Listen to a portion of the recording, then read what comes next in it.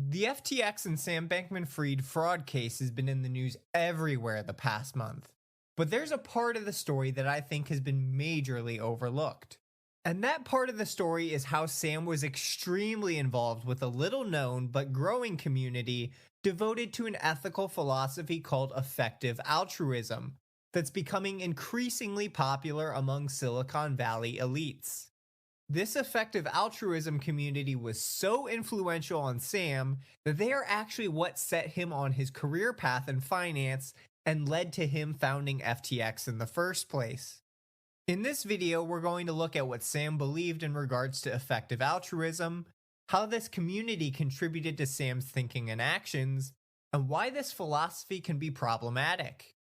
I think that Sam's understanding of this philosophy is part of why he was willing to act fraudulently with FTX and Alameda. Before I get started, I would like to say that while this video is going to be critical about quite a few things relating to the ideas of effective altruism, I also think that there are lots of people involved in the effective altruism movement that are well-intentioned and just trying to do what they can to donate to charities and improve the world. There are plenty of good things that effective altruists do, like paying for bed nets to help stop people from dying to malaria. I think that charitable donations like that are wonderful. However, I do think that there are also issues with effective altruism related to its ethical ideas and philosophy. This video will explore those issues and how effective altruism helped shape Sam Bankman-Fried's thoughts and worldview. With all that being said, let's look at what effective altruists themselves say about their community and movement.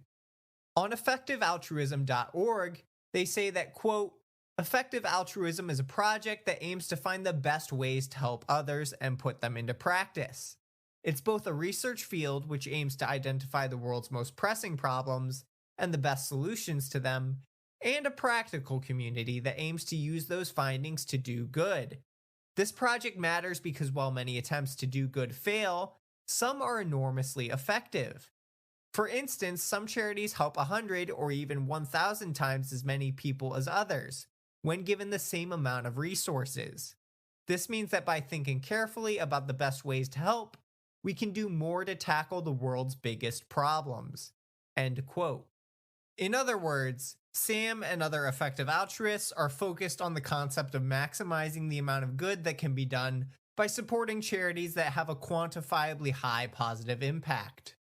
For example, one of their traditional causes has been donating insecticide-treated bed nets in third world countries. They say on their website that, quote, in richer countries like the US and UK, governments are typically willing to spend over $1 million to save a life. This is well worth doing, but in the world's poorest countries, the cost of saving a life is far lower. GiveWell is an organization that does in-depth research to find the most evidence-backed and cost-effective health and development projects. It discovered that while many aid interventions don't work, some, like providing insecticide-treated bed nets, can save a child's life for about $5,500 on average. That's 180 times less. End quote. So you can get a sense from that example of what they are talking about in regards to maximization. Effective altruists are trying to make the most out of every dollar given to charity, and they focus on issues where they can have an outsized impact with what they are donating to charity. Because of this focus on maximization, they also often promote an earn to give mentality, where they encourage members of the community to make as much money as they can so that they can give more to effective altruism-supported charities. Sam Bankman-Fried, in particular, was very influenced by this idea of earning to give, and it directly led to his career choice and founding of Alameda Research and FTX.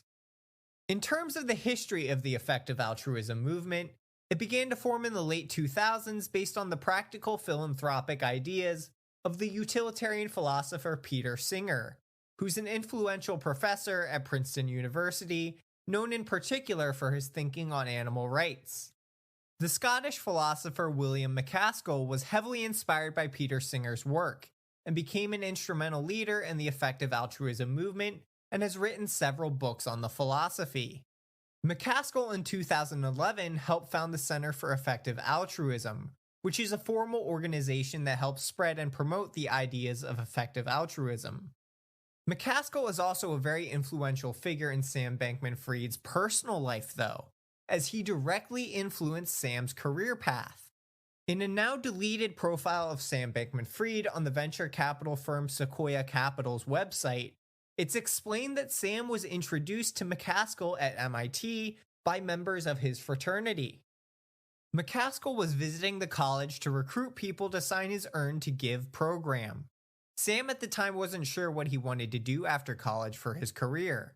MacAskill explained his effective altruism ideas to Sam Bankman-Fried and convinced him to take an Earn to Give approach with his career path in order to be able to donate more.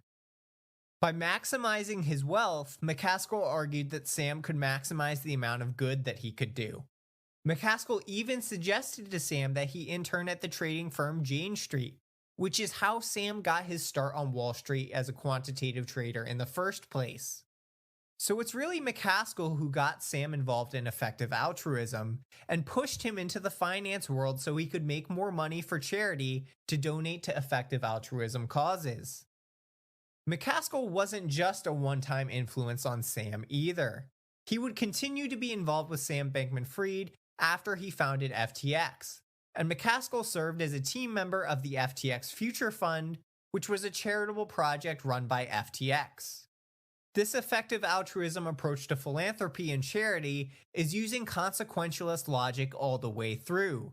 It's measuring how good the action is by the outcome, which is why effective altruism is so focused on maximizing the best possible outcome.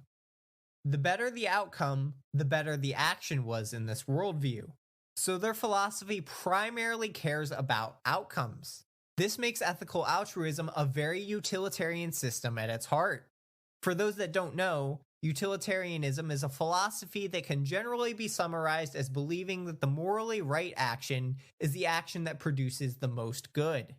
Peter Singer, the aforementioned philosopher who is the founding thinker of the movement, is a utilitarian philosopher, as is William MacAskill, who has founded most of the effective altruism organizations. While on their website they say that you don't have to be a utilitarian to be involved in the movement, effective altruism's philosophical reasoning is utilitarian by its nature, since it's directly trying to rationally maximize good outcomes through charity. As expressed in Sam Bankman-Fried's deleted profile on the Sequoia Capital website, Sam realized that ethical altruism was, quote, applied utilitarianism, unquote, at the heart of the philosophy. But ethical altruism has also begun to divide into two camps of thought. One is called near-termism, which is focused on doing good for present causes. These are the effective altruists who are focused on giving to causes, like the insecticide-treated bed nets to help stop people from dying from malaria. The other kind of effective altruism is called long-termism, and it's focused on potential future humans and the issues that they might face. A concern for long-termism is preparing for potential disaster and existential threats, like artificial intelligence dangers and the need for space colonization. The philosophers in the movement, like MacAskill, are increasingly focused on long-termist causes, and Sam Bankman-Fried was also firmly in this long-termism camp as well. Despite Sam Bankman-Fried recently saying in a New York Times interview that he cared a lot about donating bed nets and stopping malaria, just a year before he was telling a different reporter that he never had a near-termist phase, and considered the issues that they focused on, like global health and poverty, to be emotionally driven compared to long-termist threats. So it's very clear that Sam's donations were focused on more speculative pet projects like AI research, and not what most people would conventionally recognize as typical charity causes. Taking a step back though, the problem with this effective altruism approach, and a purely utilitarian worldview in general, is that it has an insufficient account of morality. Ethical altruism is focused on maximizing good through charitable giving, but its conception of what the good even is by definition limited, since it identifies the good as positive results. The ethical altruism site talks about the focus of the movement being on improving lives by reducing suffering and increasing well-being, but the specifics of what that actually looks like can vary wildly.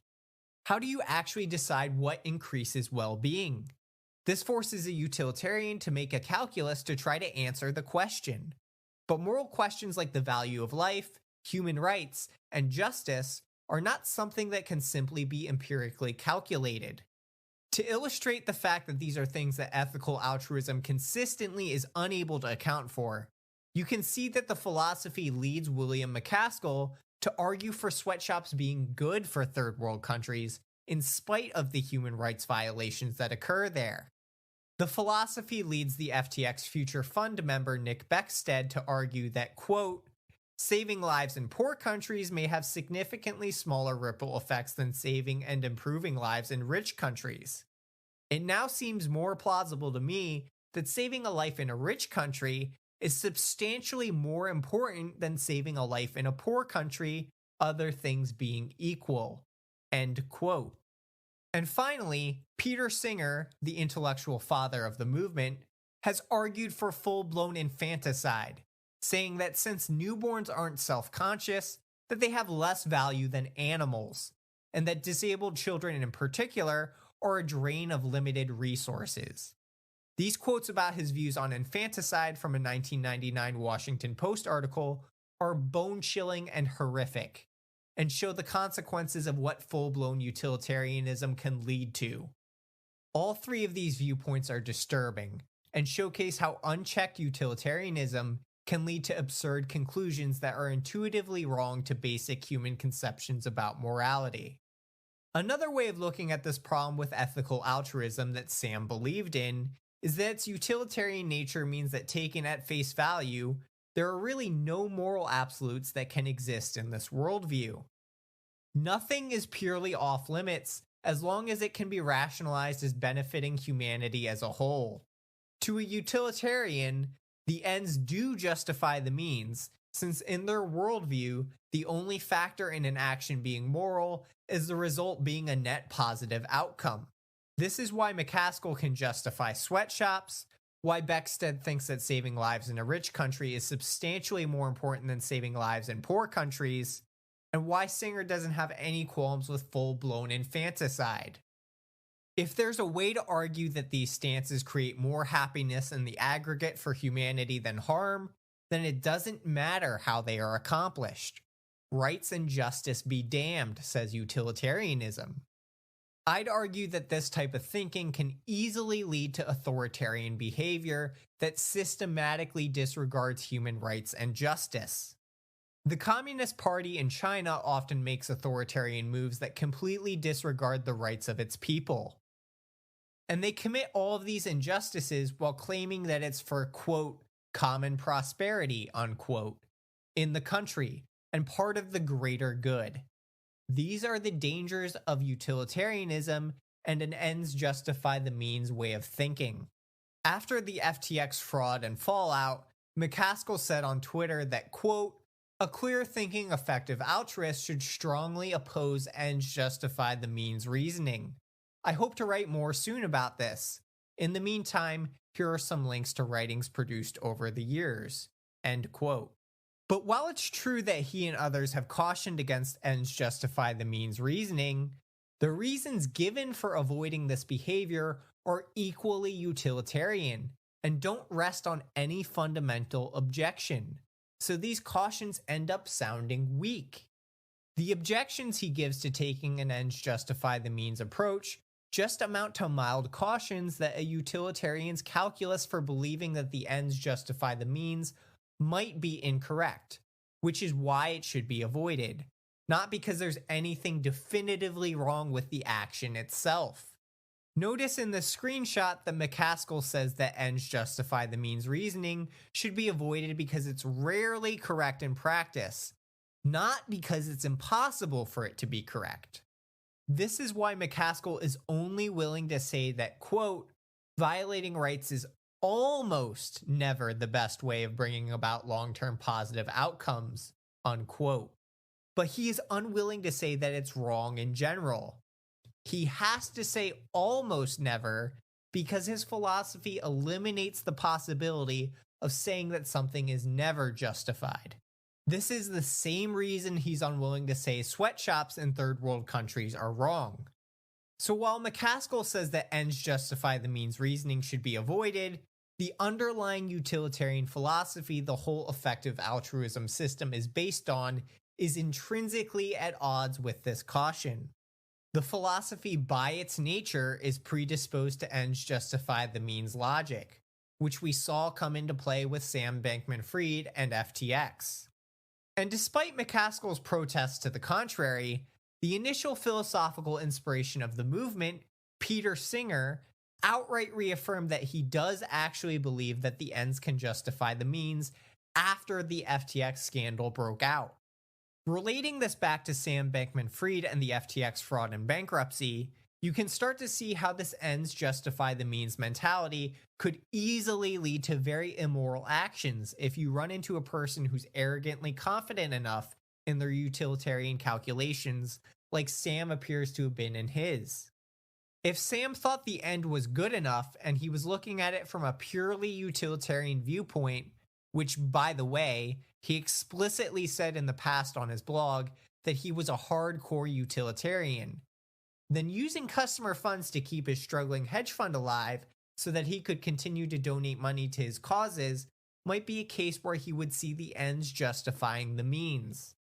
Even if he had to act fraudulently to do that, it might be something that he'd be willing to do to try and save his dying hedge fund, so that he could keep making his donations that he thought were a net benefit to society. Because in his worldview, he's making the best possible use of the money he's giving to charity.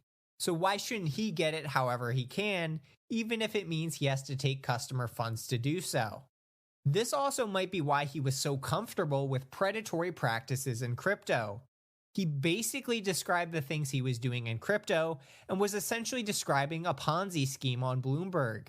Let's revisit that audio now. So, sophisticated traders and or people on crypto Twitter or other sort of similar parties go and put $200 million in the box collectively, and they start getting these X tokens for it, right? And now all of a sudden everyone's like, wow, people just decide to put $200 million in the box. This is a pretty cool box, right? Like this is a valuable box, as demonstrated by all the money that people have apparently decided should be in the box.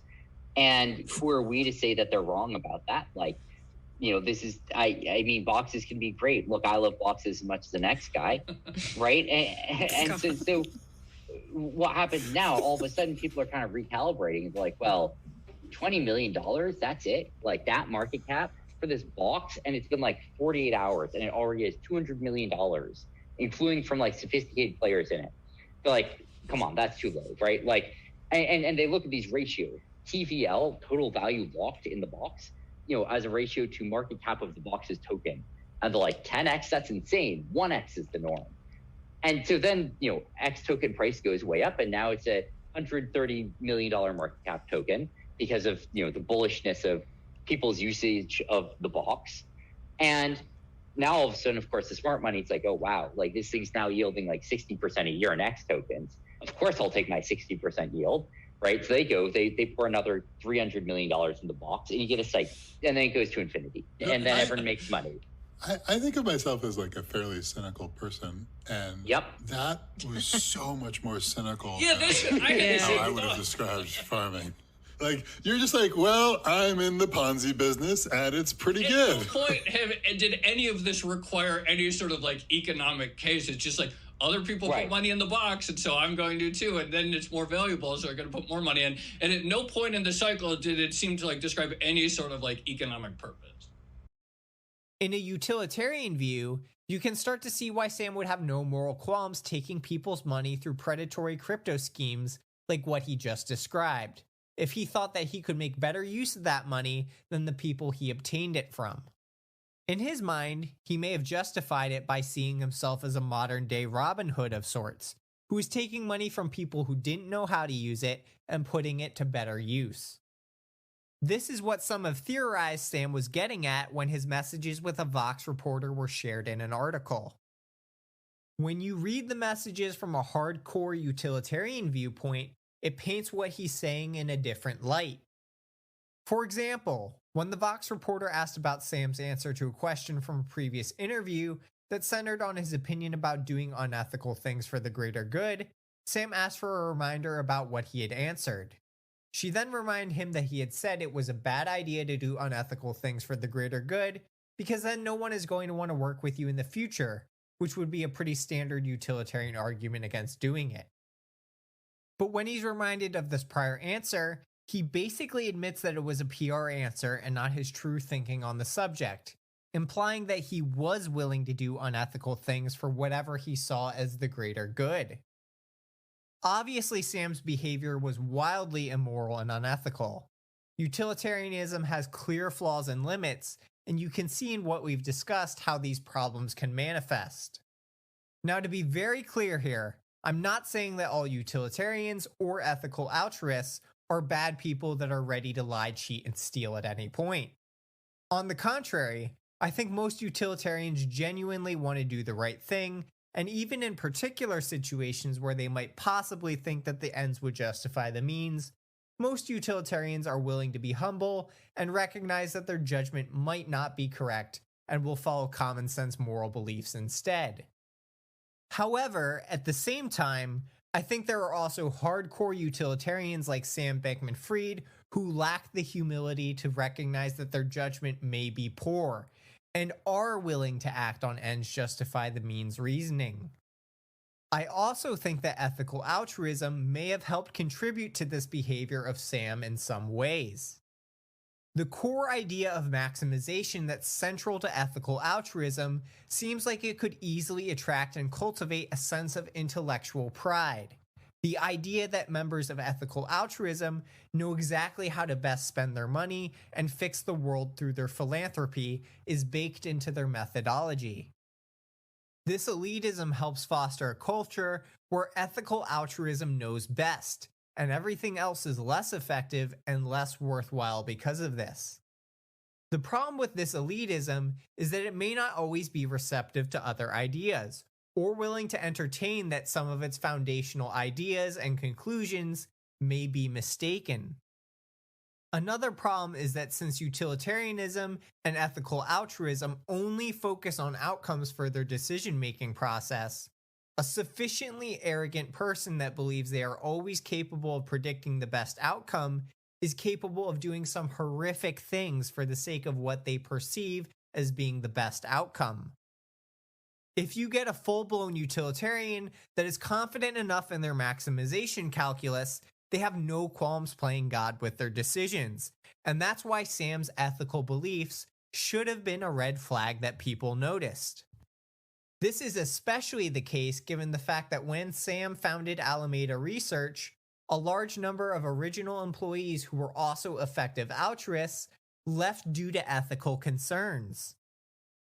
Some of the original employees left because Sam was increasingly willing to make dubious financial products designed to drain customers of their money and profit, similar to the behavior and attitude we saw him exhibit in the Bloomberg podcast about yield farming. And this was a major concern for these employees who eventually left because of this and other concerns they had about Sam. They also reportedly had other conversations with people in the effective altruism movement and warned them that Sam shouldn't be trusted and that he didn't act ethically. But these red flags about Sam fell on deaf ears, and effective altruism leadership did not do anything. It could have been that the leaders legitimately thought that the complaints were just noise from bitter ex-employees. But it's also true that effective altruist leaders had every motivation to not scrutinize anything about Sam and FTX too closely. After all, he was putting millions of dollars into effective altruism causes, and MacAskill was a part of FTX's future fund. I think these are very important things to be cautious about, because while Sam Bankman-Fried's utilitarian beliefs and association with effective altruism are particularly extreme, many people in the business world also have a utilitarian view of business ethics in general. Most teaching on business ethics done in higher education centers around a stakeholder framework of ethics. Stakeholder theory essentially views the business as having many different groups that are impacted by the business, like employees, customers, investors, and society. and it's the responsibility of the business in this theory to weigh the needs of the different stakeholders and best maximize value for everyone involved. But once again, this ethical framework for business boils down to doing whatever maximizes value for stakeholders in the aggregate. You can see how this concept of business ethics is also just a dressed up utilitarianism. Once again, it's only basing ethics on an arbitrary calculus about what benefits as many people as possible, instead of grounding ethics on any concrete principles involving the action itself. This is why many companies are willing to use sweatshop labor, cater to the whims of abusive authoritarian regimes like China, and even in some cases to sell products that they know are harmful for society. While results and the ends are important, the means are an essential ethical consideration and can never be ignored to justify an end. Ethics that are concerned with virtue are necessary to arrive at a more complete account of morality.